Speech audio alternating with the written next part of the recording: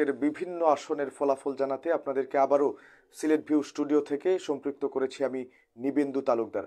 জানিয়ে দিব আমাদের হাতে থাকা সিলেটের বিভিন্ন আসনের সর্বশেষ ফলাফল। হবিগঞ্জ যে আসনটি চুনারুঘাট এবং মাধবপুর নিয়ে গঠিত, সেই আসনের কথা যদি আপনাদেরকে বলি, সেখানে ঈগল প্রতীকে প্রতিদ্বন্দ্বিতা করেছিলেন ব্যারিস্টার সাইদুল হক সুমন। তিনি বিপুল ভোটে সেখান থেকে বিজয়ী হয়েছেন। হবিগঞ্জ ৪ অর্থাৎ মাধবপুর এবং চুনারুঘাট নিয়ে এই আসনটি গঠিত, আর এই আসনে এগিয়ে আছেন ঈগল প্রতীক নিয়ে স্বতন্ত্র প্রার্থী ব্যারিস্টার সৈয়দ সাইদুল হক সুমন। এ আইনে তার প্রতিদ্বন্দ্বী নৌকা প্রতীকের প্রার্থী বেসামরিক বিমান পরিবহন ও পর্যটন প্রতিমন্ত্রী অ্যাডভোকেট মাহবুব আলী। হবিগঞ্জ ৪ আসনে মোট ১৭৭টি কেন্দ্র রয়েছে। শেষ খবর পাওয়া পর্যন্ত ২৩টি কেন্দ্রে ব্যারিস্টার সুমন পেয়েছেন ২২,৭৫৩ ভোট, আর নিকটতম মাহবুব আলী পেয়েছেন ৬,৩৪৭ ভোট। তবে এখন পর্যন্ত রিটার্নিং কর্মকর্তার কার্যালয় থেকে কোনো ফলাফল ঘোষণা করা হয়নি, তাই এই প্রাপ্ত ফলাফলটিকে অফিসিয়াল ফলাফল বলা যাচ্ছে না, এটি আনঅফিসিয়াল ফলাফল হিসেবে আমরা আপনাদেরকে জানিয়ে দিচ্ছি।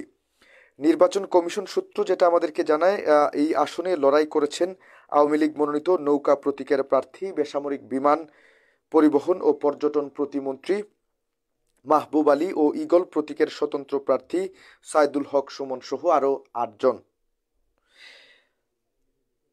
অপর ৬ জন প্রার্থী হলেন আবু ছালে, যিনি ইসলামী ঐক্যজোটের প্রার্থী, আহাদ উদ্দিন চৌধুরী জাতীয় পার্টির প্রার্থী, মোহাম্মদ আব্দুল মমিন বাংলাদেশ কংগ্রেসের প্রার্থী, মোহাম্মদ মোখলেসুর রহমান যিনি বিএনএম এর প্রার্থী, মোহাম্মদ রাশেদুল ইসলাম খোকন বাংলাদেশ সাংস্কৃতিক মুক্তিজোটের প্রার্থী এবং সৈয়দ মোহাম্মদ আলামিন বাংলাদেশ কংগ্রেসের প্রার্থী।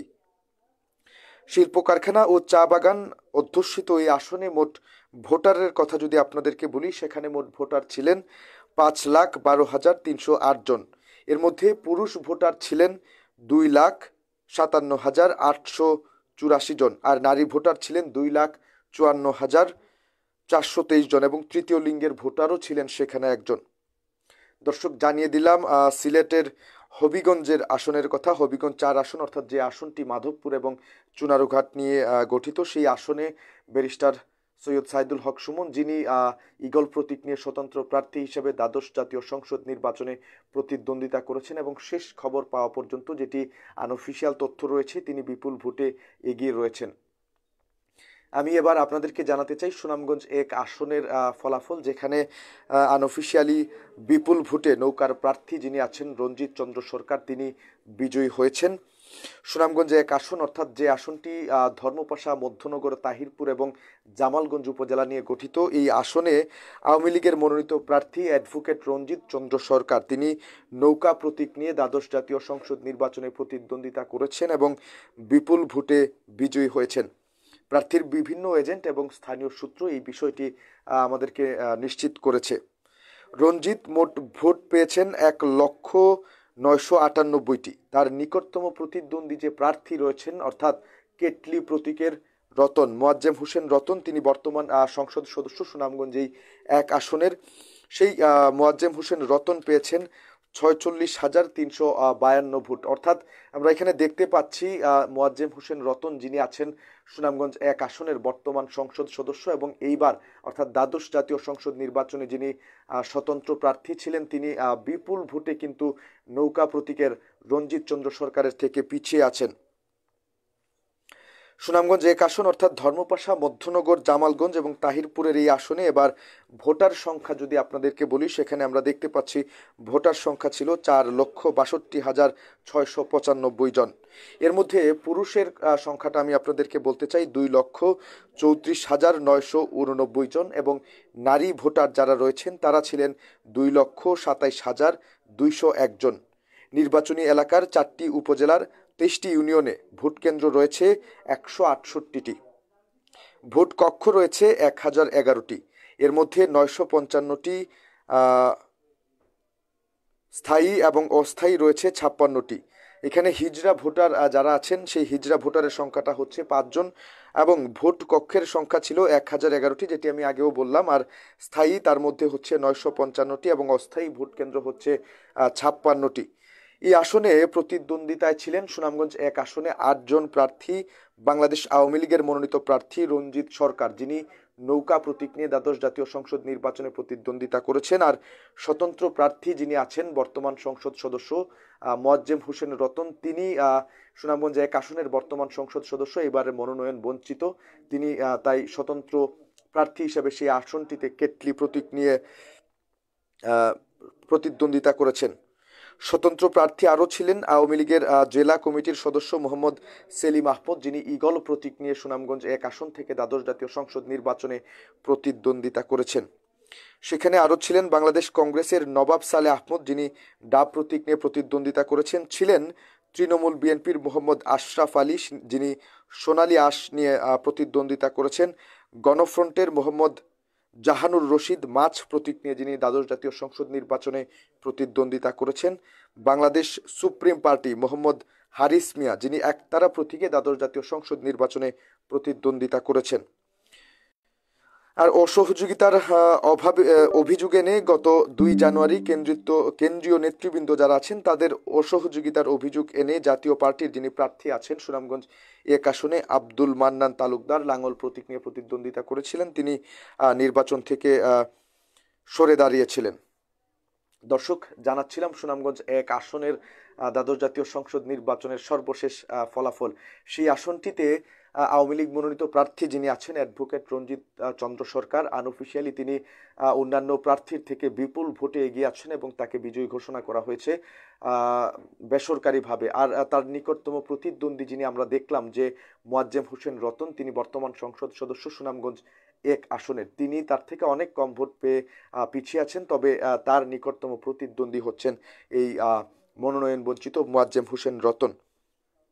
দর্শক, এবার আমরা আপনাদেরকে একটু আওয়ামী লীগের আরও একজন হেভিওয়েট প্রার্থী যিনি আছেন নাদেল, অর্থাৎ মৌলভীবাজার 2, সেই আসনের খবরাখবর জানাতে চাই। মৌলভীবাজার 2 যে আসনটি আছে সেটি মৌলভীবাজার কুলাউড়া নিয়ে গঠিত। আর সেই আসনে অর্থাৎ মৌলভীবাজার 2 কুলাউড়া নিয়ে যে আসনটি গঠিত, সেই আসনে সংসদ সদস্য বর্তমান এমপি নির্বাচিত হয়েছেন আওয়ামী লীগের কেন্দ্রীয় সাংগঠনিক সম্পাদক যিনি আছেন শফিউল আলম চৌধুরী নাদেল। তিনি অত্যন্ত একজন হেভিওয়েট প্রার্থী ছিলেন আওয়ামী লীগের। তিনি এবারও এই আসনটি থেকে দ্বাদশ জাতীয় সংসদ নির্বাচনে বিজয়ী হয়েছেন। স্থানীয় আওয়ামী লীগের নির্বাচনী এজেন্ট থেকে প্রাপ্ত তথ্য আমাদেরকে যেমনটা বলা হচ্ছে যে মোট 103টি কেন্দ্রের ফলাফল অনুযায়ী নৌকা প্রতীকে শফিউল আলম চৌধুরী নাদেল 73,528 ভোট পেয়ে বেসামরিকভাবে নির্বাচিত হয়েছেন, এমপি নির্বাচিত হয়েছেন তিনি। দর্শক, আমি আবারও বলছি, 73,528 ভোট পেয়ে বেসামরিকভাবে মৌলভীবাজার 2 আসনে অর্থাৎ কুলাউড়া যে আসনটি আছে সংসদীয় আসন, সেই আসনে বর্তমান এমপি যিনি আছেন আওয়ামী লীগের কেন্দ্রীয় কমিটির সাংগঠনিক সম্পাদক শফিউল আলম চৌধুরী নাবেল, অত্যন্ত হেভিওয়েট প্রার্থী, তিনি এবারও নির্বাচিত হয়েছেন। এটি আমরা বেসরকারিভাবে তাকে বিজয়ী ঘোষণা করা হয়েছে। এই আসনটিতে 73,528 ভোট তিনি পেয়েছেন। আর এই আসনটিতে অর্থাৎ মৌলভীবাজার 2 নাদেলের আসনে যিনি তার নিকটতম প্রতিদ্বন্দ্বী রয়েছেন তিনি হচ্ছেন স্বতন্ত্র প্রার্থী ট্রাক প্রতীকের প্রার্থী। ট্রাক প্রতীকে AKM শফি আহমদ সালমান পেয়েছেন তিনি 15,168 ভোট।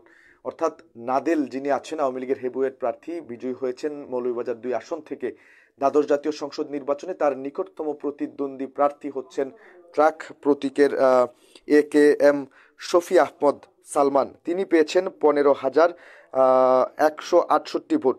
এবং তৃণমূল বিএনপির প্রার্থী MM শাহিন, যিনি সোনালী আঁশ নিয়ে দ্বাদশ জাতীয় সংসদ নির্বাচনে প্রতিদ্বন্দ্বিতা করেছেন, তিনি পেয়েছেন 10,575 ভোট। অর্থাৎ ট্রাক প্রতীকের প্রতিদ্বন্দ্বীর অনেকটাই কাছাকাছি ভোটও তিনিও পেয়েছেন।